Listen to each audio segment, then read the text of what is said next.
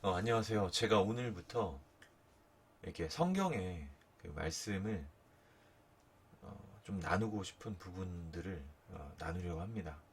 요즘 시기가 참 우울의 시기인 것 같아요. 네, 누구나 다 우울한 것 같고, 왜냐면 답답해요. 자체가 마스크를 써야 되고, 또 서로 간에 얘기하지 말라고 하고, 밥도 혼자 먹게 되고, 그러다 보니까 전화는 할 수 있는데 서로 전화도 좀 뜸해진 것 같고 서로를 돌아볼 여유가 점점 없어지는 것 같아요. 장사하시는 분들은 장사하시는 대로 잘 안 될 거고요, 당연히. 그리고 집에 있는 사람들은 또 집에 있다 보면 또 스트레스를 이제 더 받게 되는 상황이 있는 것 같아요. 가족 간에 오래 있으면 좋은 것 같지만 사실 떨어졌다 만나야 좀 좋은데 하루 종일 같이 있게 된 상황에서 그 육아를 담당하시는 분들은 더 지치고 힘들고 또 아무래도 부딪힐 일이 많게 되고 또 친간에도 하루 종일 또 집에 있다 보니까 소음도 많이 들려서 스트레스를 받게 되고 또 혼자 계시는 분들은 또 혼자 계시는 것이 음, 지치는 상황이 되는 것 같습니다. 저는 요즘 내 성경 인물 중에서 요셉이라는 인물이 생각이 났습니다. 요셉은 정말 억울함의 대명사인 것 같아요. 요셉만큼 억울한 사람이 있었을까라는 생각이 들어요. 요셉은 형들에 의해서 죽임을 당할 뻔합니다. 형들은 왜 요셉을 죽이려고 했을까요? 요셉은 특별한 사랑을 받아요. 야곱으로부터. 야곱이 라헬을 사랑했고 라헬로부터 나온 첫째 자식이 요셉이었기 때문인 것 같은데요. 색동옷을 입고 형들로부터 시기를 받습니다. 그런데 거기까지도 충분히 시기할 만했는데 요셉이 꿈을 꾸죠. 볕단들이 자기에게 절을 했다고 하면서 형들이 나에게 절을 한다. 이런 뭐 하지 않아도 될 얘기를 하게 됩니다. 뭐 꿈을 꾼 것 자체는 본인의 의지가 아니기 때문에 그렇지만 어쨌든 형들의 시기에 불을 붙이는 결과였죠. 그래서 그 형들이 뭐 야외에 있을 때 그 야곱이 심부름을 시키게 되고 요셉은 형들을 찾아가게 되죠. 형들이 멀리서 오는 요셉을 보고 꿈꾸는 자가 오는도다 하면서 비아냥거리다가 죽이자라고 얘기를 합니다. 죽였을 때 그 꿈이 이루어지는지 보자. 죽으면 소용이 없을 텐데 그 꿈은 아무런 의미가 없지 않냐라고 말이죠. 그들이 그렇게 생각했던 그런 근본은 그 요셉의 꿈을 이루어지지 않게 하고 싶었던 마음도 있을 것이고 정말 죽었을 때는 그 꿈이 이루어질 수 없다라는 것도 생각을 했겠죠. 그리고 시기심에서 나오는 그런 결과였습니다. 죽이고자 했던 그 마음으로 정말로 짐승에게 잡아먹히게자 하면서 구덩이에 집어넣습니다. 형들의 이런 뭐 물론 배달은 형들이지만 레아로부터 낳은 자식들이고 본인은 라헬이라는 엄마를 통해서 나왔지만 이 상황이 얼마나 어, 당황스럽고 슬프고 어, 정말 힘든 상황이었을 것입니다. 그들이 구덩이에 집어넣고 한참을 있다가 형인 르우벤이 이제 죽이지 말자라고 합니다. 그리고 또 마침 그때 미디안 상인들이 이렇게 그 지나가는 것을 보고 유다가 재칫껏 죽이지 말고 팔자라고 얘기를 합니다. 요셉은 그렇게 노예로 팔려가게 됩니다. 어,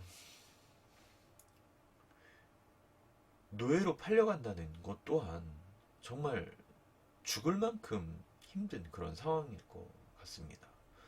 원래 노예로 태어난 것도 아니고 아버지의 이쁨을 받고 사랑을 받던 요셉이 노예로 된다는 것은 정말 끔찍한 경험일 것 같습니다. 왜냐하면 노예라는 것은 기본적으로 사람의 대우를 하지 않습니다. 먹을 것도 제대로 주지 않고 제대로 입히지도 않고 정말 사람 대우를 하지 않는 것이 노예입니다. 그리고 사람을 판다는 것, 그리고 팔려간다는 것이 정말 인간 이하의 수치를 당하게 되는 것이죠. 그렇게 해서 요셉은 보디발이라는 장군의 집에 팔려가게 되죠. 이미 요셉은 충분히 좌절하고 힘든 상황이 되었을 것인데요. 그래도 요셉은 보디발의 집에서 열심히 일을 하게 되고 그 일을 한 결과 보디발의 신임을 사게 되고 보디발이 굉장히 좋게 봅니다. 그래서 많은 일을 맡기게 되고 사실 대부분의 일을 맡기게 되죠. 그렇게 열심히 살아가는데 문제가 또 생깁니다. 바로 보디발의 아내가 요셉이 용모가 준수한 것을 보고 유혹을 하게 되죠. 물론 요셉은 그걸 뿌리치고 도망하게 되고 그 상황을 묘면했지만 그것을 보디발 아내는 억울하게 누명을 씌우고 그는 결국 감옥에 가게 됩니다.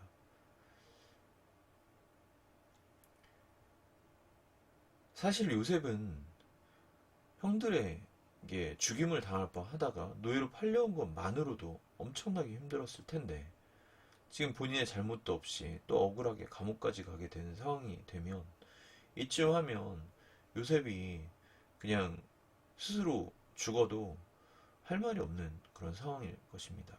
하지만 또 요셉은 감옥에 가서도 열심히 맡은 바를 또 하면서 그렇게 살아갑니다.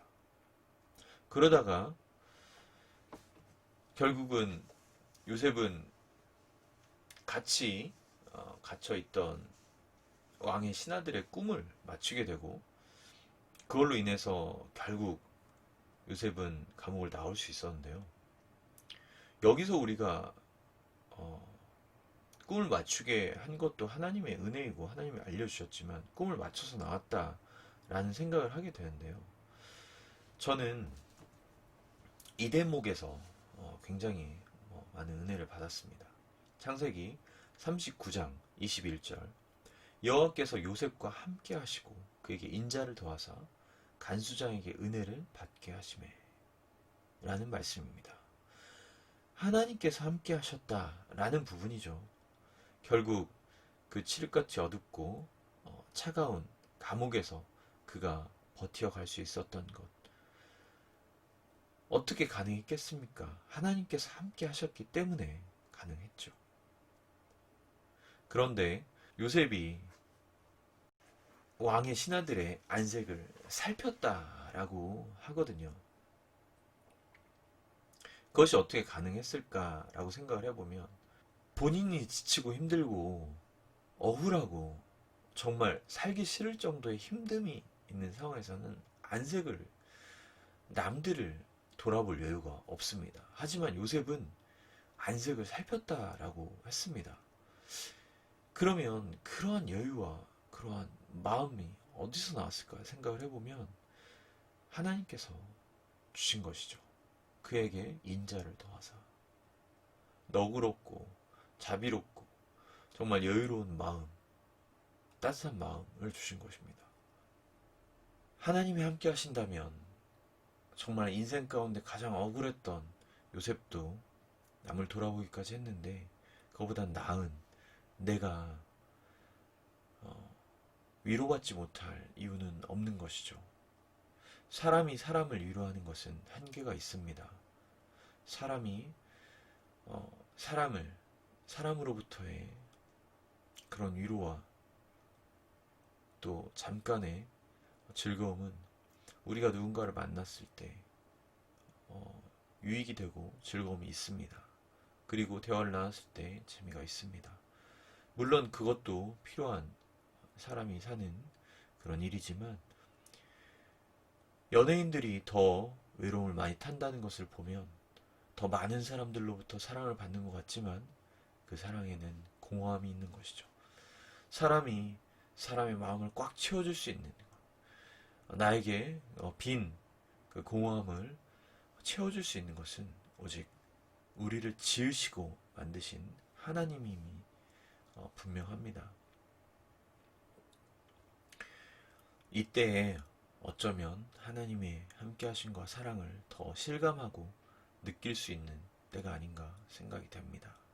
우리를 인도하신 그분, 우리를 낳으시고 창조하시고 우리를 인도하시는 그분, 우리 하나님을 생각하면서 지금 때를 더 묵상하면서 지내면서 우리가 더 단단해지고, 우리가 이제 이 위기와 어려움을 극복하고 또 정상적으로 되었을 때, 우리가 정상적으로 예배 드릴 때에 이 정상적인 삶이 당연한 것이 아니라 하나님의 은혜이고, 또 정상적인 예배가 당연한 것이 아니라 하나님의 정말 축복임을 실감하는 그때가 올 거라고 믿고 있습니다. 그래서 이때는 좀 움츠려들지만, 움츠려들었을 때 하나님이 함께 하심을 묵상할 수 있는 그런 때가 되었으면 좋겠고, 그렇게 위로받으면 좋겠습니다. 지금 때에 생각났던 사람과 그런 마음을 나눠봅니다.